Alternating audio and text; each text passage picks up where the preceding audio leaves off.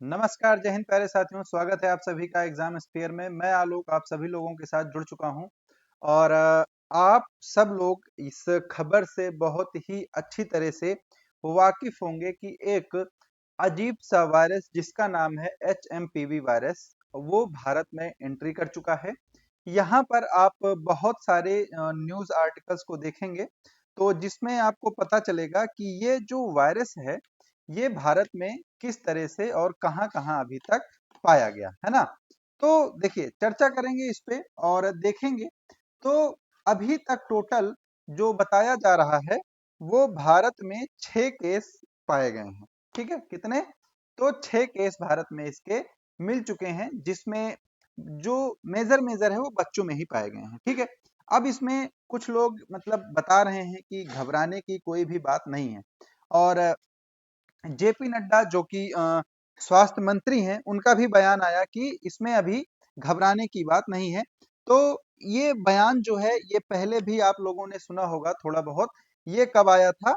Corona जब start हुआ था, तब जब लोगों ने इसको मजाक में लिया था, उस समय पर। ये जब मैं रिकॉर्ड कर रहा हूँ क्लास को, तो ये 48 मिनट पहले की न्यूज़ है। यहाँ पर 1 घंटे पहले, 2 घंटे पहले और ऐसी ही न्यूज़ हैं, जहाँ पर कहीं-कहीं पर लाइव भी चल रहा है। तो इनको आप देखेंगे तो लगातार क्या है केसेस जो है वो भारत में आने शुरू हो गए हैं। 5 घंटे पहले जब ये न्यूज है उस टाइम पर 3 केस जो थे वो भारत में पाए गए थे।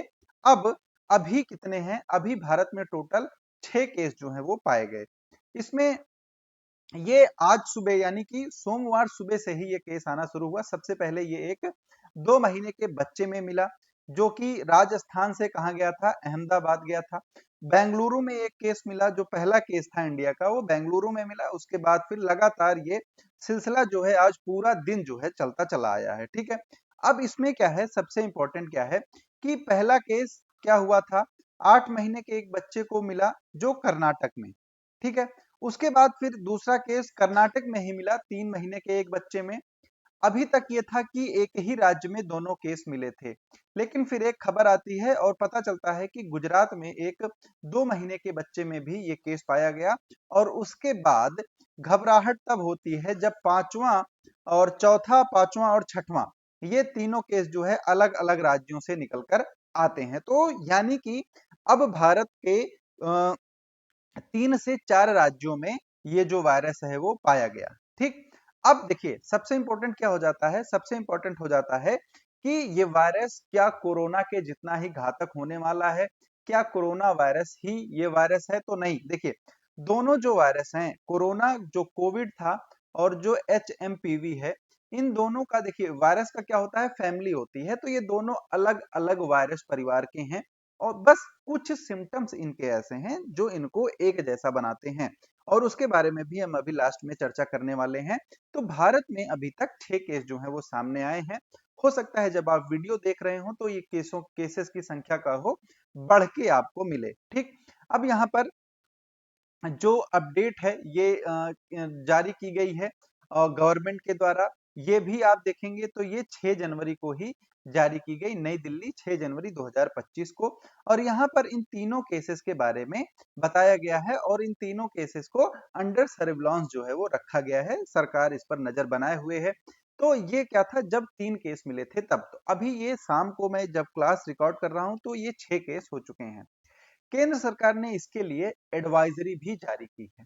एडवाइजरी में सिंपल जो कोरोना में था सेम वही है कि छींकते या खांसते समय अपने मुंह को ढक के रखें। हाँ, हाथ अपना धोते रहें, सैनिटाइज करते रहें, भीड़ भाड़ वाली जो जगह है उस पर जाने से बचें।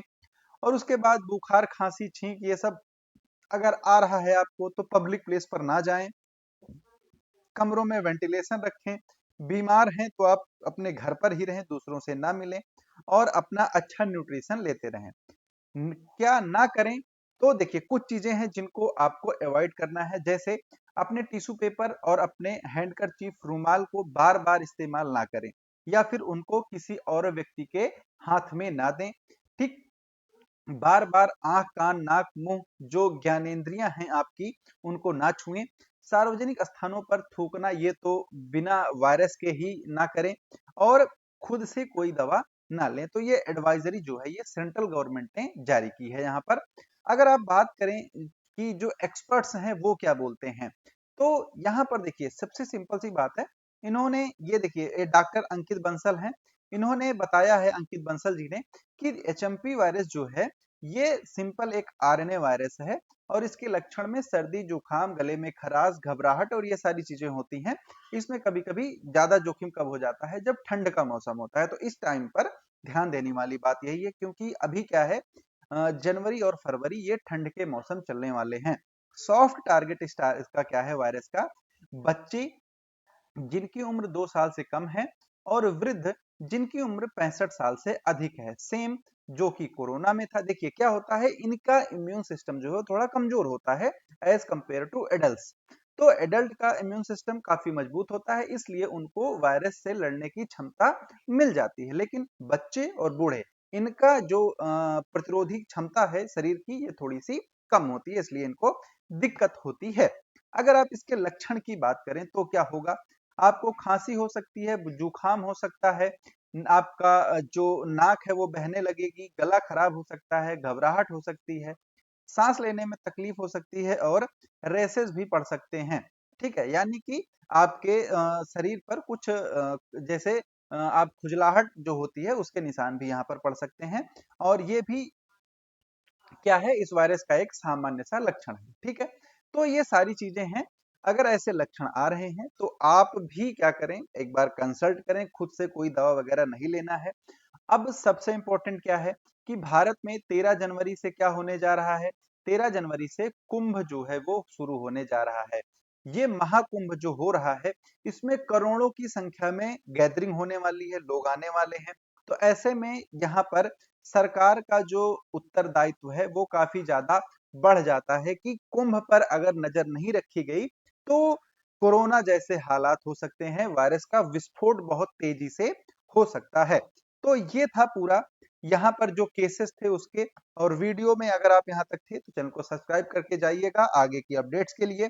मिलते हैं आप लोगों से नेक्स्ट सेशन में, तब तक के लिए जय हिंद, जय भारत, स्वस्थ रहें, मस्त रहें, अपना और अपनों का ख्याल बराबर रखते रहें।